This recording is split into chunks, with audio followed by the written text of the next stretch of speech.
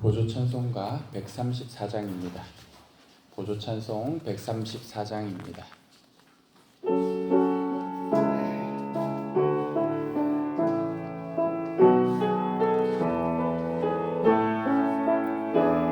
유월절 어린 양의 비로 나의 삶의 문이 열렸네. 어둠의 권세는 이미 없네. 주 보혈의 능력으로 저 원수 날 정죄할 때에도 난 의롭게 설 수 있네. 난 더 이상 정죄함 없네. 난 주 보혈 아래 주 보혈 아래 있네. 그 피로 내 죄 사했네. 하나님의 긍휼 날 거룩해 하시었네. 난 주 보혈 아래 있네. 난 원수의 어떠한 공격에 더 이상 넘어지지 않네. 난 주 보혈 아래 있네. 유월절 어린 양의 피로 유월절 어린 양의 피로 나의 삶의 문이 열렸네. 저 어둠의 권세는 이미 없네. 주 보혈의 능력으로 저 원수 날 정죄할 때에도 난 의롭게 설 수 있네. 난 더 이상 정죄함 없네. 난 주 보혈 아래 있네. 난 주 보혈 아래 있네. 그 피로 내 죄 사했네. 하나님의 긍휼 날 거룩해 하시었네. 난 주 보혈 아래 있네. 난 원수의 어떠한 공격에도 더 이상 넘어지지 않네. 난 주 보혈 아래 있네. 찬송가 144장입니다. 예수 나를 위하여 144장입니다.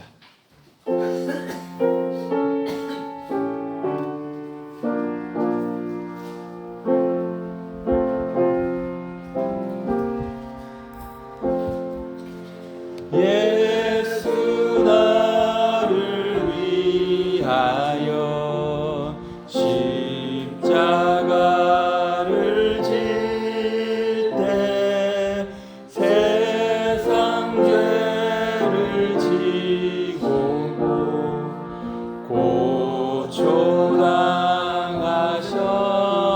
고초당하셨네.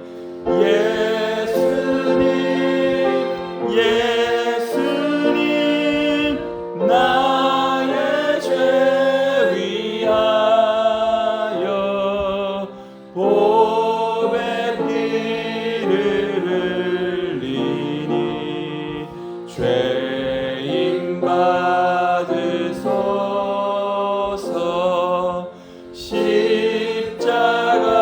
십자가를 지심은 무슨 죄가 있나. 정의지한 사람들 메시아 죽였네.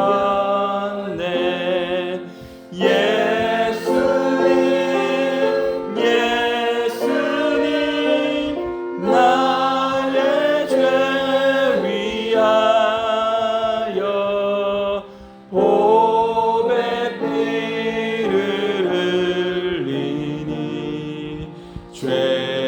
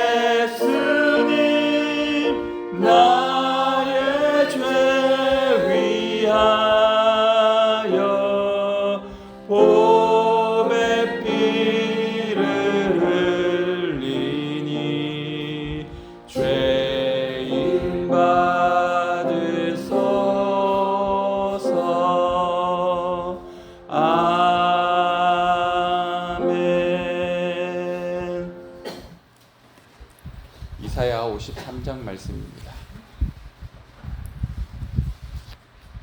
이사야 53장의 말씀입니다. 말씀을 한 절씩 교독하시겠습니다. 우리가 전한 것을 누가 믿었느냐? 여호와의 팔이 누구에게 나타났느냐? 그는 주 앞에서 저들이라는 일을 받고 안방에서 난 뿌리 같았고 고운 모양도 홍채도 우리가 보기에 흠모할 만한 아름다운 것이 없다. 그는 멸시를 받아 사람들에게 버림받았으며 강고를 많이 겪었으며 질고를 아는 자라. 마치 사람들이 그에게서 얼굴을 가리는 것 같이 멸시를 당하였고 우리도 그를 귀히 여기지 아니하였도다. 그는 실로 우리의 질고를 지고 우리의 슬픔을 당하였으니 우리는 생각하기를 그는 질고를 받아 하나님께 고난을 당한다 하였느라. 그가 찔림은 우리의 허물 때문이요 그가 상함은 우리의 죄악 때문이라. 그가 징계를 받음으로 우리는 평화를 누리고 그가 채찍에 맞음으로 우리는 나음을 받았도다. 우리는 다 양 같아서 그를 향하여 각기 제 길로 갔거니 여호와께서는 우리 모두의 죄악을 그에게 감당시키셨도다. 그가 곤욕을 당하여 괴로울 때에도 그의 입을 열지 아니하였으며 마치 도수장으로 끌려가는 어린 양과 털 깎는 자 앞에서 잠잠한 양같이 그의 입을 열지 아니하였도다.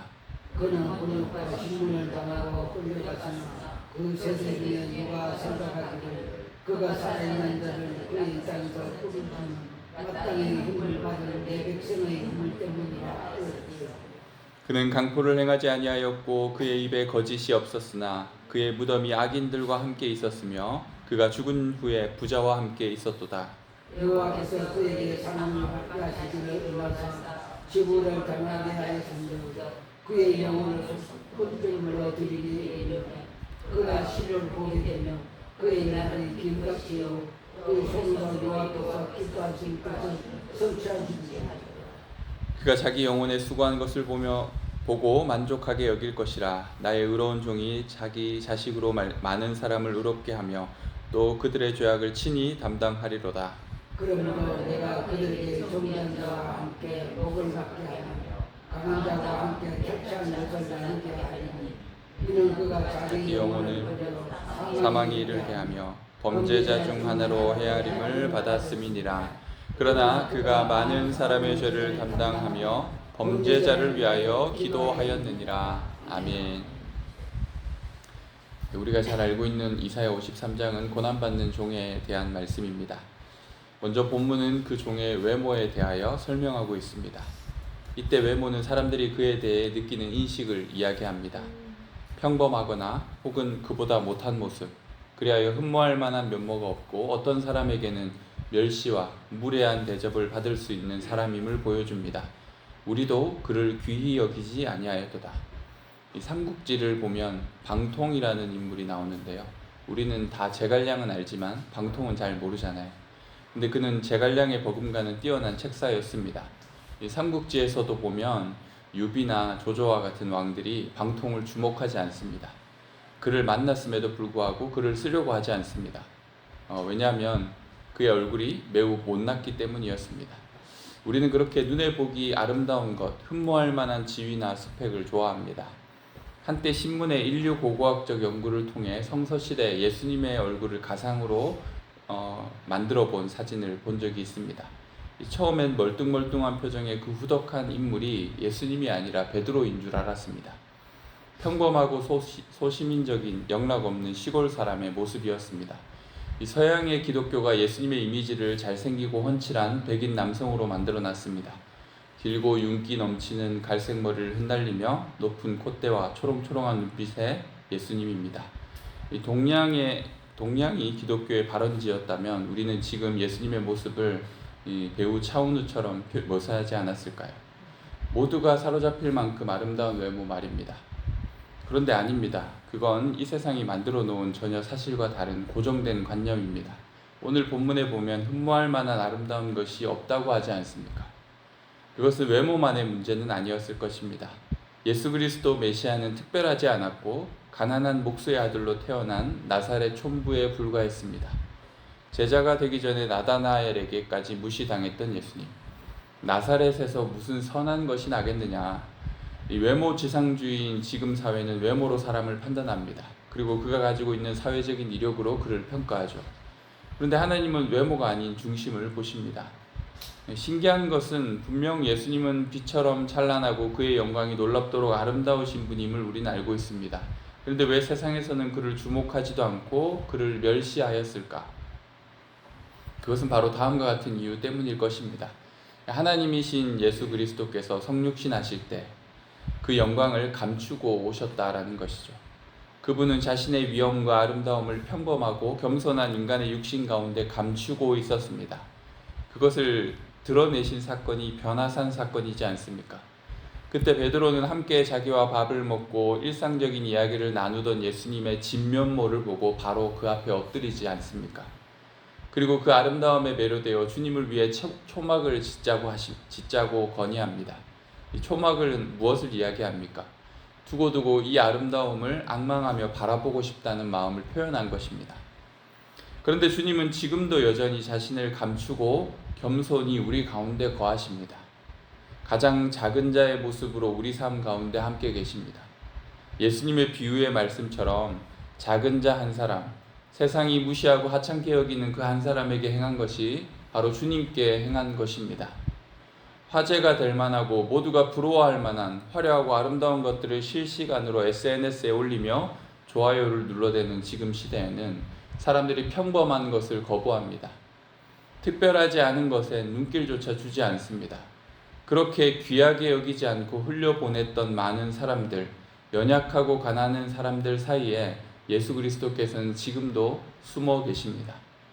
강고를 많이 겪고 질고를 아는 사람들, 그들은 어쩌면 그리스도와 훨씬 더 가까이 있는지도 모릅니다. 이 복음서를 보면서 깨닫는 진리 하나는 예수님은 자신의 영광을 가난한 심령으로 나아오는 작은 자들에게는 숨기지 않고 보여주었다는 것입니다. 기적을 보여달라, 표적을 알게 해달라 요구했던 바리새인이나 서기관들은 결코 그 영광을 보지 못했습니다. 오히려 이 시골에서 온 어설픈 선지자를 사람들이 왜 그렇게 따르는지 이해가 안 됐습니다. 미움과 멸시로 그를 사지로 몰아넣은 이들이 바로 그들입니다. 하나님의 징벌의 상징이 된 십자가, 여호와께 저주를 받은 사람이라고 생각하였고 그의 죽음을 모두가 당연하게 생각했습니다. 그를 없애는 것이 하나님의 의를 이루는 것이라고 믿었습니다. 그러나 실상은 그렇게 고난받고 죽으신 것이 우리를 구원하는 길이었습니다. 우리 다 함께 4절에서 6절 말씀을 함께 다시 한번 읽도록 하겠습니다. 4절에서 6절입니다. 그는 실로 우리의 질고를 지고 우리의 슬픔을 당하였거늘 우리는 생각하기를 그는 징벌을 받아 하나님께 맞으며 고난을 당한다 하였노라. 그가 찔림은 우리의 허물 때문이요 그가 상함은 우리의 죄악 때문이라. 그가 징계를 받음으로 우리는 평화를 누리고 그가 채찍에 맞음으로 우리는 나음을 받았도다. 우리는 다 양 같아서 그릇 행하여 각기 제 길로 갔거늘 여호와께서는 우리 모두의 죄악을 그에게 담당시키셨도다. 아멘. 우리 모두가 예외 없이 그릇 행하여 하나님의 뜻을 떠났는데 그 모든 죄와 저주를 하나님은 예수님에게 담당시키셨습니다. 6절과 7절을 보면 모두 같이 양이 언급되고 있습니다. 양이 가진 두 가지 측면이 서로 다르게 적용되고 있는 거죠. 우리는 어리석은 양의 모습처럼 갈 바를 알지 못하고 또한 고집스럽게 엉뚱한 길로 향하는 죄인들과 같았는데 우리 예수님은 도살장에 끌려가는 양처럼 털 깎는 자 앞의 양처럼 잠잠하게 고난의 잔을 다 받으셨습니다. 주님은 핍박과 박해에 맞서지 않으셨습니다. 주님의 침묵은 완전한 순종을 우리에게 말해줍니다. 주님은 자기를 비워 종의 형체가 되어 죽기까지 순종하셨습니다. 그뿐이 아닙니다. 주님은 많은 사람의 죄를 담당하며 범죄자를 위하여 기도하셨습니다. 주여 저들의 죄를 사하여 주옵소서. 저들은 자기들이 하는 일을 모릅니다. 결국 주님은 자신의 영혼을 속건제물로 드려서 하나님의 기뻐하시는 뜻을 이루었습니다. 그것이 바로 우리에게 나타난 십자가입니다. 이것을 사람들이 어떻게 받았을까요? 선지자는 우리에게 묻고 있습니다. 우리가 전한 것을 누가 믿었느냐? 이 충격적이고 놀라운 메시아 이야기를 누가 믿었냐라는 말입니다. 실제로 유대인 사회에서 이사야 53장은 읽지 않는 본문입니다. 그래서 이 내용을 아예 모르는 사람도 많습니다. 실제로 인터뷰하는 한 그리스도인이 유대 사회에 가서 이 53장의 내용을 읽어주면서 이런 성경의 내용을 아냐고 물으니 다들 모른다라는 거예요. 의도적으로 랍비들이 이 내용을 가르치지 않는다라는 것입니다. 다윗처럼 승리하고 만왕을 다스리는 강력한 메시아가 아니라 볼품없는 모습으로 미움과 멸시를 당하고 결국 저주의 십자가에 달려 죽은 메시아를 그들은 상상조차 못했을 것입니다. 우리가 전한 것을 누가 믿었느냐? 피조물을 위해 생명을 내어주신 창조주의 이야기, 이 놀라운 이야기를 누가 과연 믿을 수 있을까? 오직 하나님의 은혜만이 그것을 믿을 수 있게 하는 것이죠. 우리의 지혜로서가 아닙니다. 이 십자가의 주님을 만나지 않고 어떻게 하나님의 구원을 알 수 있겠습니까? 고난받는 종, 우리 주 그리스도, 그분의 십자가를 믿게 됨이 우리 인생 최고의 은혜라고 할 수 있습니다. 정말로 그렇습니다. 죄 가운데 죽을 수밖에 없었던 우리를 살리신 예수 그리스도, 그분의 십자가를 믿는다라는 것이 우리에게 가장 큰 은혜입니다. 날마다 그분의 십자가를 존귀히 여기며 온 마음 다해 그분의 은혜를 찬양하는 저희 모두가 되어야 할 줄로 믿습니다. 우리 시간 함께 기도하시겠습니다. 고난받는 종 예수 그리스도에 대하여서 이사야는 우리에게 가르쳐 줍니다. 그분이 우리를 위해서 우리의 죄와 죽음을 지고 십자가를 담당하셨다라는 것을 우리가 말씀을 통해 깨닫습니다. 이미 알고 있는 이야기이지만 이 놀라운 이야기를 통하여서 우리를 구원하셨습니다. 우리가 십자가에 감사했으면 합니다. 예수 그리스도의 구원과 속량함을 우리가 기억하며 십자가와 주님을 찬양했으면 합니다. 우리의 일상이, 우리의 모든 인생이 바로 그것을 찬양하기에 우리의 삶의 모든 것을 드려도 아깝지 않습니다.